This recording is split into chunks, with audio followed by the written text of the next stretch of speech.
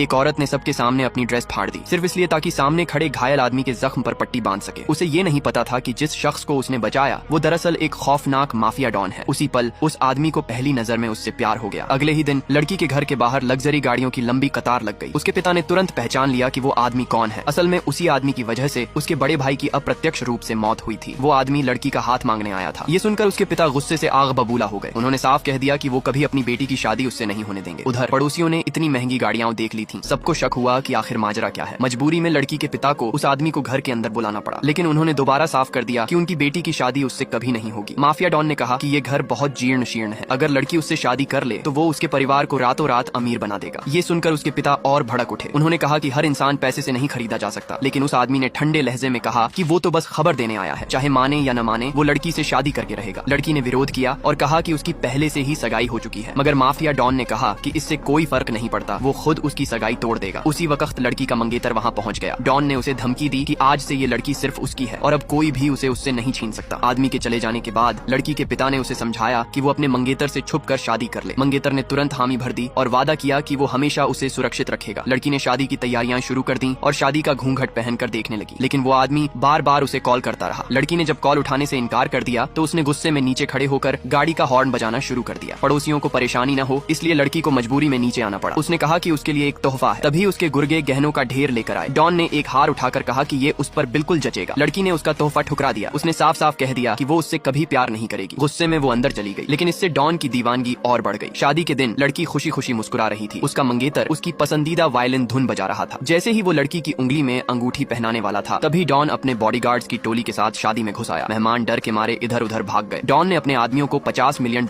Cash निकालने का हुक्म दिया। उसने मंगेतर से कहा कि अगर वो शादी तोड़ दे तो ये पैसे उसके हो जाएंगे। इतनी बड़ी रकम देखकर मंगेतर खुद को रोक न सका और पैसे की ओर हाथ बढ़ाया। लड़की उसे अविश्वास से देखती रह गई, लेकिन अगले ही पल मंगेतर ने सारा पैसा हवा में उछाला।